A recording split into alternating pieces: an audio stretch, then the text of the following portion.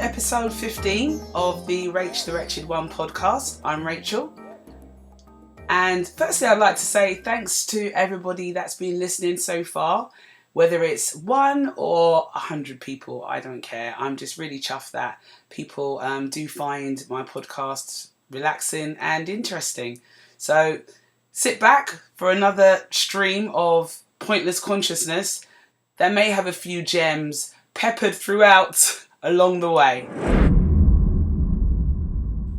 So this last week or so, I've been spending a lot of time with friends and family. I celebrated a birthday. It's like a week and a bit ago now. It's just zoomed by. And I also went and saw friends and had one of my brothers come up and stay with my parents who live nearby, which was really good. So got to really, see him after not seeing him for a little while. Also, I am quite well connected with my cousins. I come from a very big family, so we have like WhatsApp groups for different things, and there's a WhatsApp group with some of my cousins, and we just talk about games and anime and all the things that I like, basically, and it's always funny. And one of the things that struck me is, between your friends and your family, there's all these in-jokes that you have, isn't it? There's in-jokes that one word can set you all off. You're just all cracking up, whether it's a word, whether it's a sound, whether it's a look even, or an action, it will have you lot on the floor rolling. And it's something that you can't explain to other people. So when they're like, trying to get in on the joke, it will just take too long, because the joke probably happened in like 1987 when you were on your bike and you tripped off and you bumped into your cousin and he fell in dog poo. Something stupid like that, but you're cracking up about it. And then from then on, all you lot laugh about is the sound that the bike made when he fell off, or the sound he made when he fell in the poo. And it just sets you both off laughing. So me and my brothers and a couple of my cousins were reminiscing and going through all of the stupid songs and phrases that we used to make up as kids. And it was amazing that we all still remembered it. We all still remembered lines. It was hilarious. One cousin would just get on it and just sing a little line from a song that we'd made up, or another cousin had a phrase, and then we'd just be cracking up. And it's funny because my husband's like, "What are you laughing about?" And I just couldn't explain it, because you can't really go into the whole origin story of a little joke that now sets you off. You just can't do it. It's also like nicknames, isn't it? Like, in the first episode, I told you that my name is Rach the Wretched One, and that my parents say the Wretch. Like, literally, that is it. And I think I'm also called Rachette by a couple of my cousins and my brother. I also get called Girl of the Dump, which is, I think that's from Stig of the Dump, that my brother called me as well from when we were kids. So you get all these silly like nicknames. And I was thinking, like with older people, especially in like the Jamaican community, you don't know some people's names until they pass away or they get married. And it's then that you found that their name was Albert. Because all this time, you knew this man as, I don't know, Uncle Sweet Boy. You just didn't know. I was having a chat with my brother the other day, because we were talking about designer clothing. And both of us came to the conclusion that there's certain things that you compromise on and others that you really won't. So I am not a buyer of designer clothes by any stretch of the imagination. Do not have the coins for it. Has to go on other things. But also, I've never really felt the desire or the need. I mean, I can totally respect why people want to buy designer clothing, because it goes to what you deem as important, isn't it? So some people buy designer clothing because of the quality. So they will spend a lot of money, say, on a coat or a handbag or a good pair of shoes, because they know that that designer is known for the care they take, the craftsmanship, the fact that it will last and last. You can always get it repaired. So there's no compromise on that front. And maybe you mix and match. So I think if I had to, it would be like shoes I wouldn't, compromise on. But then I'd mix it with, cheaper clothing that you can just wear and wash and wear and throw away when you don't need it anymore. But it brought me to food. Again, one of my favourite subjects. You see there's a lot of food running through all the themes of my podcasts. But I thought there is certain food I don't compromise on. So even though I shop at Aldi, for instance, it's changed now. But when I first started shopping there, I wouldn't compromise on my condiments. Quality condiments, that is what I wanted. So I wouldn't buy my ketchup from Aldi or salad cream or coffee, certain things like that. I would always then cross over the road, go to Morrison's and get the brand ones. And I wonder if a lot of people are like that. That there's certain things that you're willing to buy like own label for, but there's certain things, especially British people, there's certain brands that we truly respect and are on the household table. So like I said, like your tomato ketchup will be Heinz, your beans will be Heinz, your brown sauce will be HP. You're not about to compromise on that. I think things have changed now. You know, people are getting more and more relaxed around shops like Aldi, which do own label, almost like, you know, knockoff label brands. So for instance, my son complains about his cereal because I get wheat biscuits instead of Weetabix. And I get him Teddy Faces instead of Pom Bear crisps because it's cheaper. And as far as I think, it's the same thing. But then I'm being a bit of a hypocrite because then as an adult, there's things that I won't buy.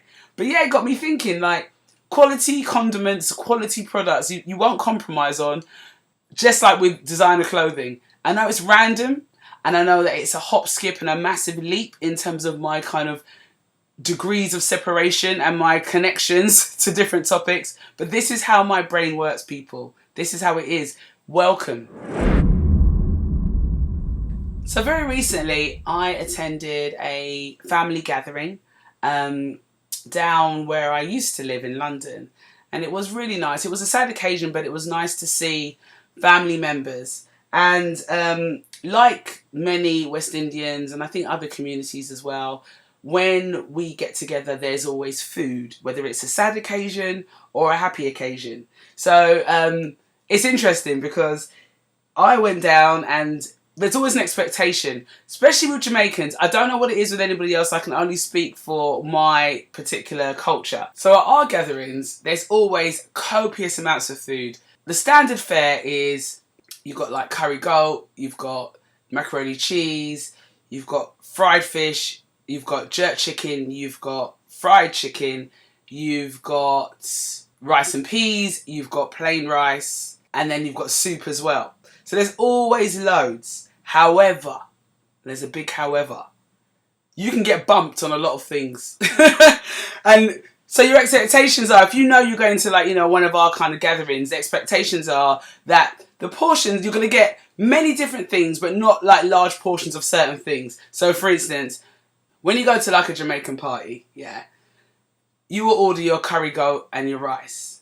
And you almost have to know somebody or be kin to somebody in the family in order to get a good portion, or not to get bumped with basically curried bones and rice. Because it always seems to be, if you don't know the host and you don't know the people at the party, you'll go and get your curry goat and rice on a little paper plate, you know, with your plastic fork, and you'll get loads of rice, and it'll look like she's spooning lots on there, and then you'll go and sit down to eat. And then for the next 20 minutes, you're just sucking gravy off of bones because there's no meat on the bone. There's nothing there. Yes, we cook our meat until it's literally so tender that it falls off. But best believe, if you are like a first cousin or an auntie or the son or daughter of the person serving, you're getting meat. If your degree of separation is too far back, or you're a friend of a friend of a friend, just be prepared to get bones.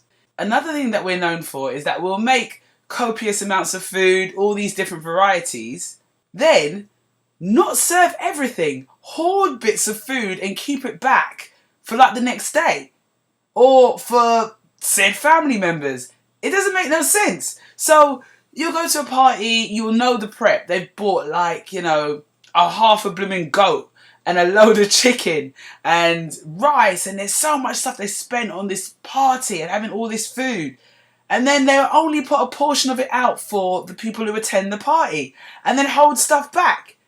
It's mad. And it's funny because my husband's from East Africa and he finds it weird. I mean, he's known me so many years now, but he finds it strange because he's like, Rach, when we cook for a party, we put all of the food out because that is why we spent the time cooking it.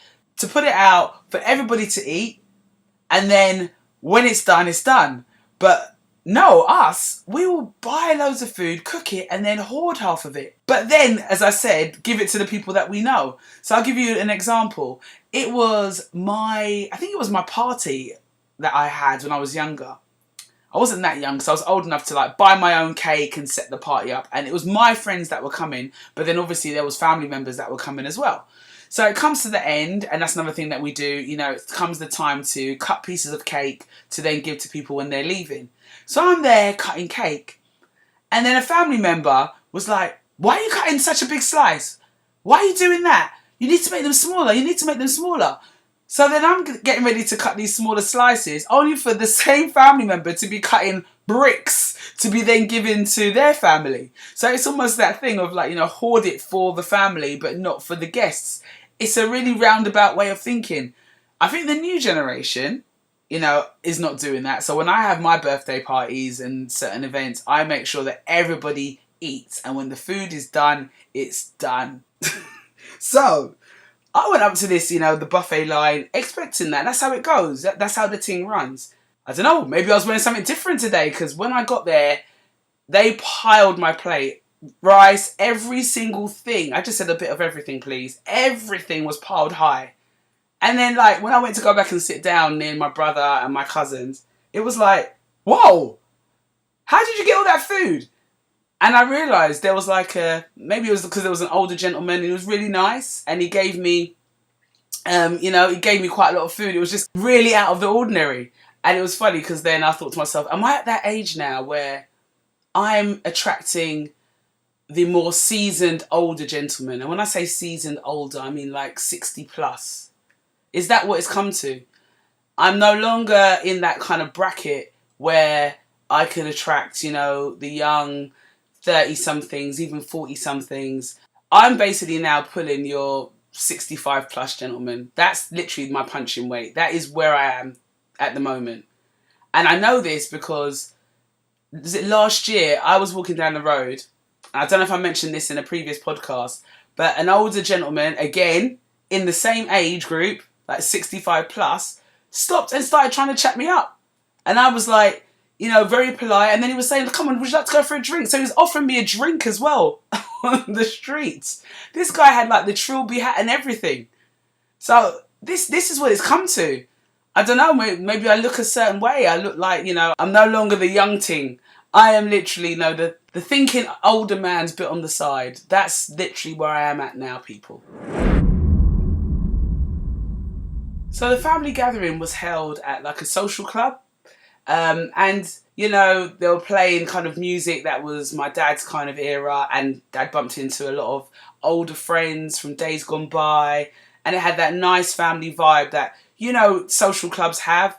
If anybody's been to them, whether they are like, Irish social clubs, Polish social clubs, West Indian, whichever, it's got that kind of nice family atmosphere. And it's almost stuck in time as well, because the attendees set the date, really, don't they? So if the attendees are like, retirees and they're in their like mid to late 60s, everything is set around their golden era. So, the music, the food, the humour, the activities, so they play like dominoes, cards, that kind of thing. It's all set at that time. And it's nice because you can see that they all feel comfortable, and it's a nice oasis in the midst of all this modernity, this madness that's going on now.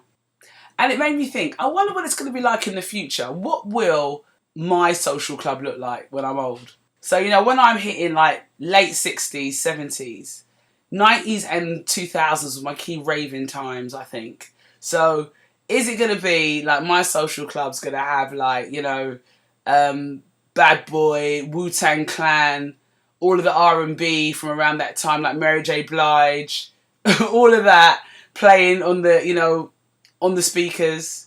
And then the kind of stuff that I use now, is it going to have like games consoles where we sit down and relax in our comfy chairs, or we drink our, Blossom Hill or your gin and tonics? It's going to be weird. And then what about the next generation? Are they going to be turning up like, just old people wearing leisure wear, like designer tracksuits and trainers because, it keeps their feet comfy, and then playing, the latest Xbox that's out now, and chilling out and listening to, Travis Scott or Drake. Going, oh, that's a good one. Drake's first album. I remember that time. Do you remember that when we used to go clubbing? Now it was good then. It's going to be weird. But time marches on, but you don't realise that you become the history, don't you? So you're looking at these older people now and thinking, oh God, it's nice to see them like this, but I can't even imagine what it was like for them to be young. We're going to have young people looking at us that way when we're in our little social clubs, blasting out our old tunes, and have them looking at us going, oh, bless. Oh, look at Rachel. Look at her getting up now out of her chair, having a little two-step to Mary J. Blige. Bless her. Here's some random things that I've been thinking about this week. Why is it weird to pour olive oil or cooking oil on your toast in the morning? But perfectly fine to put a slab of butter on it and then let it melt. Isn't it like oil? That would be gross. If you saw someone putting, oil straight onto their toast in the morning, you'd be skeeved out. You'd think it was disgusting. Yet, we literally slap a load of butter on and then watch it melt, and it tastes brilliant. Butter with salt in it as well, so maybe we could do oil with salt. Yeah, I've been thinking about that. I know it's random. And another random thought I had, I was brushing my teeth the other day, and I was like, why is it called a toothbrush and you brush your teeth with it? Why not call it a teeth brush? I know it doesn't sound right, but toothbrush probably sounded weird when we first said it, so why not a teeth brush? Because you're brushing all of your teeth with it. You're not just doing one tooth, are you? Yeah. Trust me, I'm completely sober sitting here, but these are the things that go through my mind. I've got even more random things that I think about, but I don't want you finding me out of concern and care and, organising an intervention because I'm, thinking about these random crazy things. But I know a lot of people think about stuff like this because I cannot be the only one. I really can't. Also, when you've done a really hard run, like whether you've done cross country at school or you're doing a big jog, or even when you see athletes on TV running, why when we stop do we put our hands on our heads? Why do we do that? I know this sounds a bit like those, regional radio programs, and you have those kind of questions like, why is it that? But that's always made me think, why do we put our hands on our heads? Is it something to do with our hearts because they're big and we're trying to pump the blood around? I don't know. But I do think about that as well. And my final random question to myself on this podcast is, when you're in bed and it's really hot, why do we stick our foot out to cool ourselves down? And it's more effective as well than our hand. Like if I put my hand outside the bed or I put my arm outside, it's not as effective as if I put a foot out. All of a sudden my body temperature's been regulated. I feel so much cooler. I don't understand that as well because they say that you lose a lot of heat through your head and your hands, and we rarely take off our socks if we're really hot. We'll take off our hats or our shirts or whatever. So why is sticking a foot out of the bed more effective? Yeah, random, but these things do perplex me.